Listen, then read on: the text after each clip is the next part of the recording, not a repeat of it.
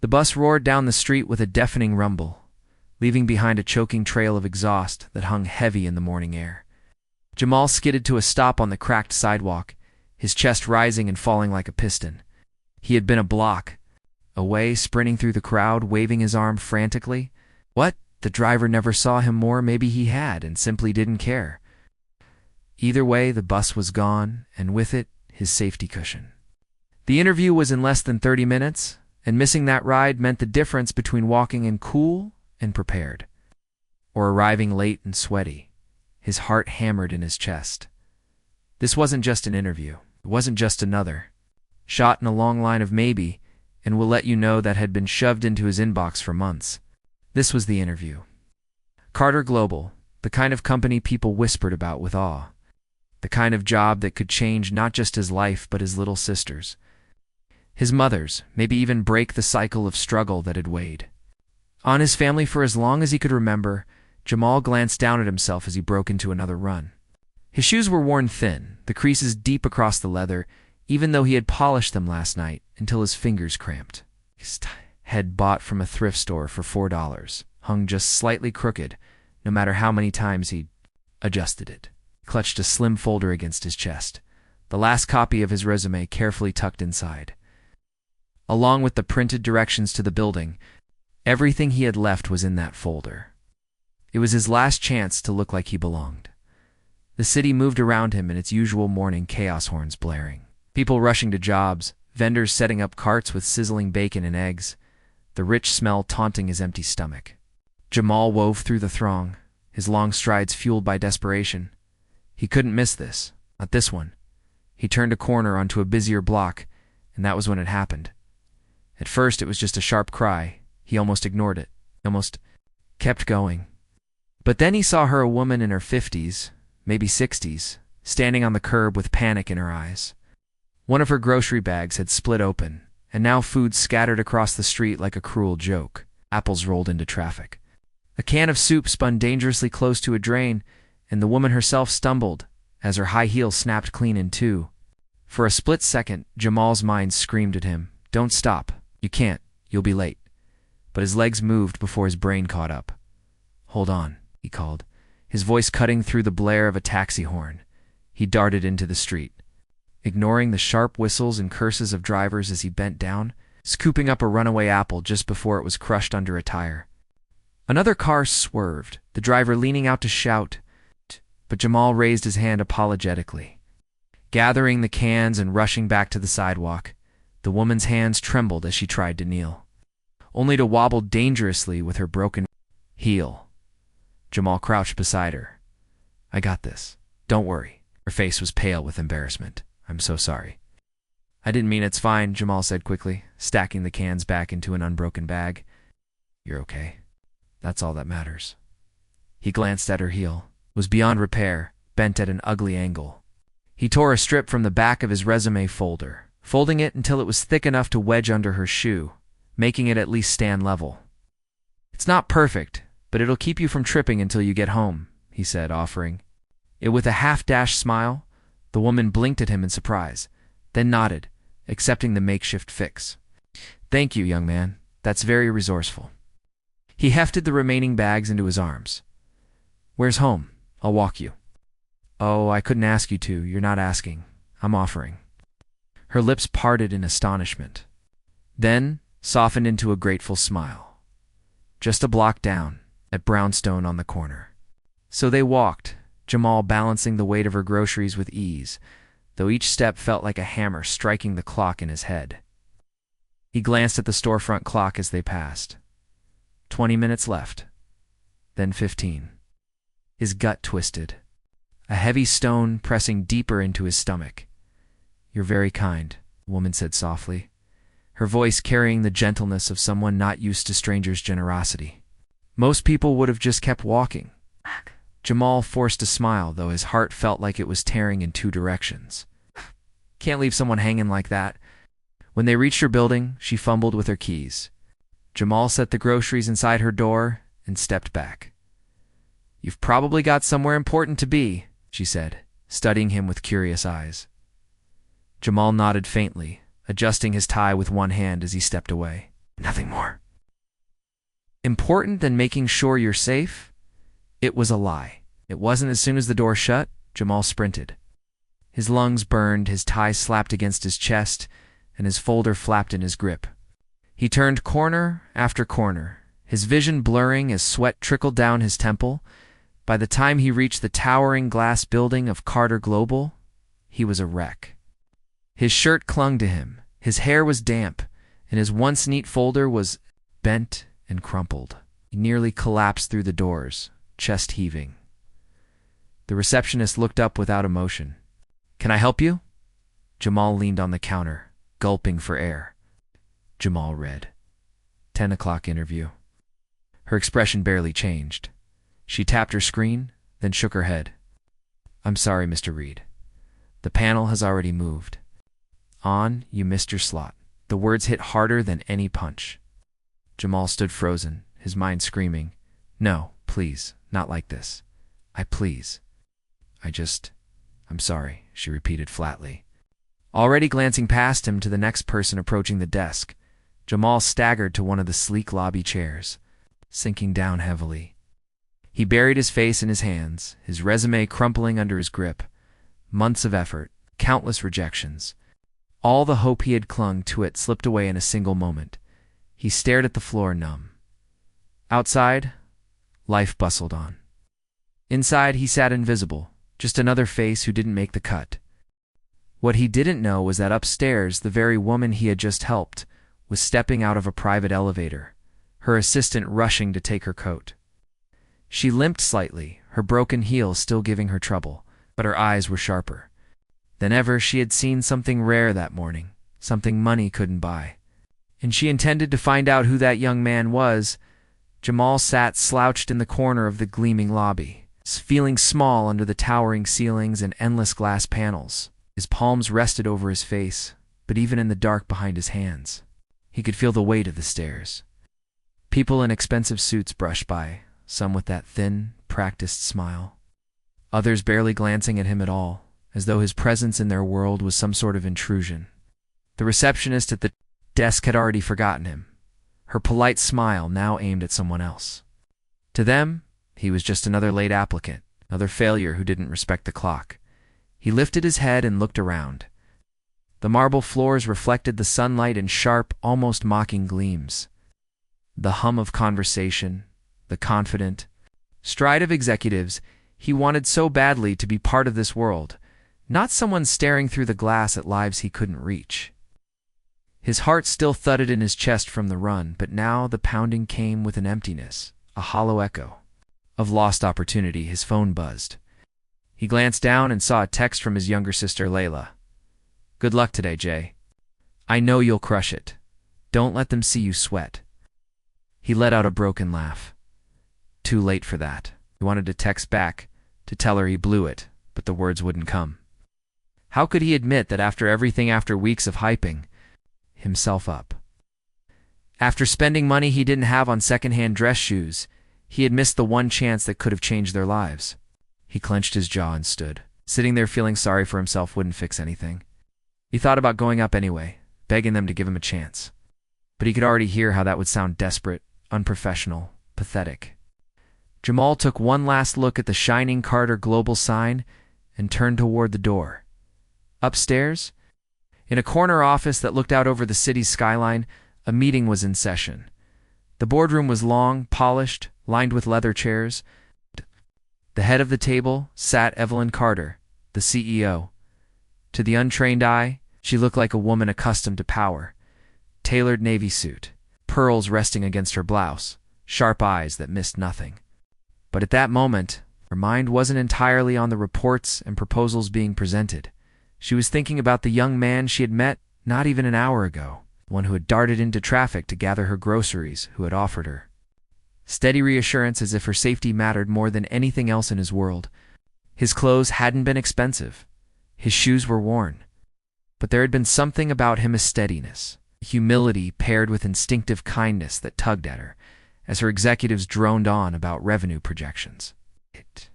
She lifted, a hand cutting them short. "We'll pick this up later," she said.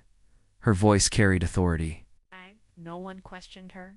Evelyn leaned back, her thoughts sharper now. She turned to her assistant. I want to know who that young man was, the one who helped me this morning. Her assistant blinked in surprise. Do you mean the one with the groceries? Yes, Evelyn said firmly. Find him. Meanwhile, Jamal had stepped out into the blazing sunlight. The world outside was louder, more chaotic than the hushed coolness of the lobby, but he felt like he was moving in a haze. Each step felt heavier than the last, as if disappointment had seeped into his bones. His mind replayed the moment at the desk over and over, the receptionist's flat tone, the words, "You missed your slot." He found himself walking without direction, his feet carrying him toward the bus stop, though he had no real plan of where to go next. Home would only mean facing questions from his sister, pity from his mother, that gnawing silence of failure. He hated that silence. At the stop, he lowered himself onto the bench, clutching the battered folder to his chest. His resume, now slightly bent from the sprint and the groceries, peeked out from the corner. He ran a hand over it, trying to flatten it, as though straightening the paper could somehow erase the morning's disaster. Minutes blurred together. He didn't even notice the sleek black car that pulled up nearby until the back window rolled down. Mr. Reed? Jamal's head snapped up. A woman in a sharp gray suit leaned out, her expression professional but curious. Are you Jamal Reed? He frowned, caught off guard. Yeah, who's asking? I work for Carter Global, she said. The CEO would like to speak with you. For a second, Jamal thought he had misheard. His pulse spiked. Wait, what? The CEO? Carter? Global. Yes, the woman said with crisp certainty. If you'll come with me, Miss Carter would like a word. Jamal blinked, disbelief and suspicion battling in his mind. Was this some kind of cruel joke? Why would the CEO of one of the biggest companies in the country want to talk to him, the guy who had just been dismissed at the front desk like trash? But there was something about the woman's composure. The sleek car, the confidence in her voice that told him this was real. Still, clutching his folder, he rose slowly, his legs shaky. Sure, he managed. The ride back to the building felt surreal. The interior of the car smelled faintly of leather and cedar, the kind of subtle luxury he had only seen in commercials. Jamal stared out the window, his reflection showing a mix of nerves and confusion. He wanted to ask 100 questions, but his throat was too dry. When they pulled up to a private entrance, the driver opened the door for him. The woman in gray let him past security without pause, her badge flashing like a golden ticket. They took an elevator higher than Jamal had ever been in his life, the city sprawling smaller and smaller below. Finally, they stepped into a quiet hallway lined with art. At the end was a set of double doors. The woman knocked once, then pushed them open. Ms. Carter, this is Jamal Reed, she announced. Jamal stepped inside, his palms sweating. The office was enormous, sunlight streaming through floor-to-ceiling windows. Behind a massive desk sat the same woman he had helped that morning. Evelyn Carter looked different here, commanding. Every inch the powerful executive, but her eyes softened when they met his. You, she said with a smile. I was hoping I'd find you. Jamal froze. You're? His voice cracked. You're the CEO? Yes, Evelyn said, standing. She crossed the room with measured grace, stopping just a few feet away. And you are the young man who stopped to help me when no one else would. He swallowed hard, struggling to process. I didn't know it was you. You just did the right thing, she finished for him, even knowing. You might be late for something important. Jamal's shoulders sagged. I was late. I missed the interview. Her smile deepened, tinged with amusement. Perhaps. But I think you deserve more than an interview. Jamal stared at her, stunned, into silence. He couldn't wrap his mind around the shift in his fate from failure on a lobby bench to standing face-to-face with the woman who could change everything. Sit, Evelyn said warmly, gesturing to the chairs by a smaller table near the windows. Let's talk. As Jamal lowered himself into the chair, his heart raced. He didn't know what would come next, but for the first time that day, hope flickered back to life. Jamal sat stiffly in the chair, his back too straight, his folder of resumes clutched like a shield against his chest. He could barely breathe, and every nerve inside him screamed to be careful, not to say the wrong thing, not to blow this surreal second chance. The office around him was almost otherworldly floor-to-ceiling glass giving way to the glittering cityscape below. Shelves lined with awards, books, and photographs of moments where history and power seemed to intersect. It was a room that had likely hosted governors, ambassadors, and billionaires. And now, somehow, Jamal Reed was sitting here. Evelyn Carter lowered herself into the chair across from him, folding her hands elegantly. Her eyes studied him with a softness that contrasted with the commanding energy she radiated. "You look like you're about to bolt," she said lightly. Jamal let out an awkward laugh, shaking his head. I don't even know how I'm sitting here right now. This morning, I thought I lost everything. And now?" His words trailed off. He didn't want to sound ungrateful, but the disbelief still weighed heavy on his chest. "Now," Evelyn said, leaning slightly forward, "you're exactly where you're meant to be." Her calm certainty rattled him. He fidgeted with the edge of his folder, debating whether to even open it. I came for an interview. Well, I was supposed to. Had everything prepared. But then he paused, embarrassed. "Well, you know what happened? The groceries, the car? I just thought helping mattered more in the moment. And then I missed it." Evelyn's lips curved into a knowing smile. "You're not wrong. Helping mattered more. I'll tell you something. Jamal, I've interviewed thousands of candidates in my life.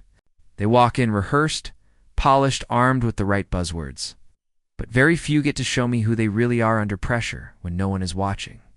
Today, without even knowing, you did exactly that." Her words sank into him slowly, like water soaking into parched soil. He blinked, unsure if he was hearing her right. "So, you're saying—" "I'm saying that character tells me more than any resume ever could," Evelyn said firmly. "And you showed me character before you ever stepped foot in this building." Jamal's throat tightened. He had spent his whole life fighting for people to see him as more than a statistic, more than some poor kid from the wrong side of town. And now, this woman, this giant in the world of business, was looking at him like he mattered, like he wasn't invisible. He tried to steady his voice. "I appreciate that, Ms. Carter. More than I can explain. But I don't want any shortcuts. I don't want charity. If I'm here, I want to earn it." Evelyn's smile widened. "Good, that's exactly the answer I hoped you'd give. And let me be clear, you will earn it. Nothing worthwhile comes easy here." She stood then, walking to her desk and retrieving a thin folder. When she returned, she placed it in front of him. "This is the role you applied for, Junior Project Coordinator. Normally you'd start in a crowded pool of candidates. I've already seen enough to know you're worth taking a chance on. If you want it, the position is yours." For a long moment, Jamal just stared at the folder. His hands trembled as he reached for it, afraid that if he touched it, the dream would vanish like smoke.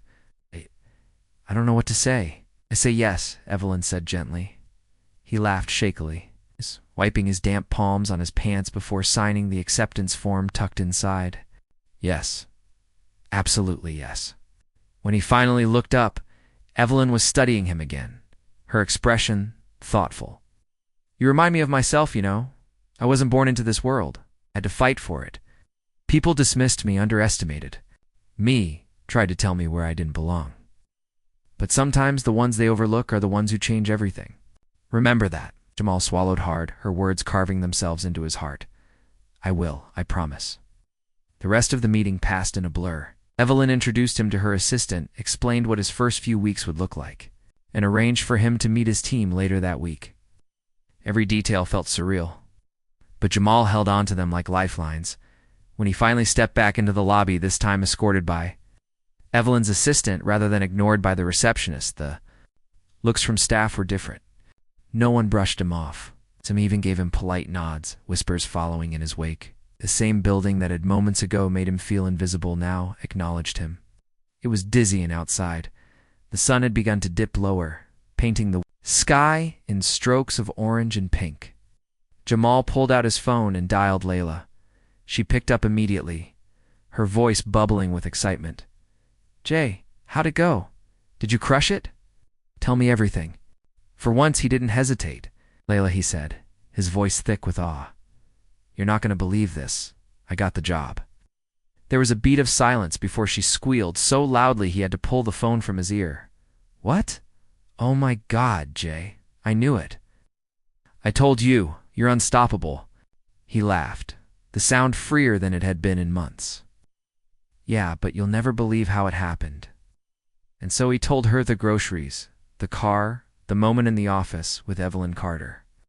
As he spoke, Layla's laughter and gasps on the other end filled the spaces in his story, her joy matching his own. When he finished, she said softly, "You see, good things happen to good people. You didn't just get a job. You found someone who sees you for who you are." That night, Jamal walked home under the city lights. His shoes were still scuffed, his tie still crooked, his wallet still nearly empty. But for the first time in a long time, none of that mattered. He carried something heavier and brighter: hope, possibility, and the knowledge that he had finally been seen in the weeks that followed.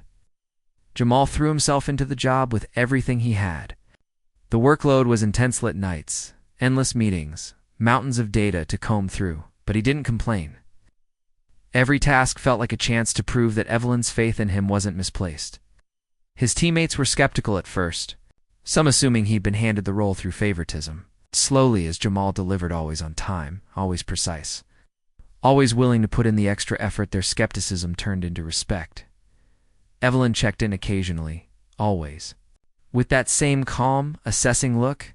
She never coddled him, never lowered expectations. If anything, she pushed him harder, and Jamal thrived under it. For the first time in his life, he wasn't just surviving, he was building something.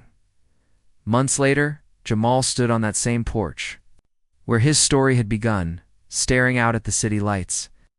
Layla sat beside him, teasing him about the way he now wore polished shoes and carried himself with quiet confidence. He chuckled, remembering the boy who had sprinted across traffic, with groceries spilling everywhere.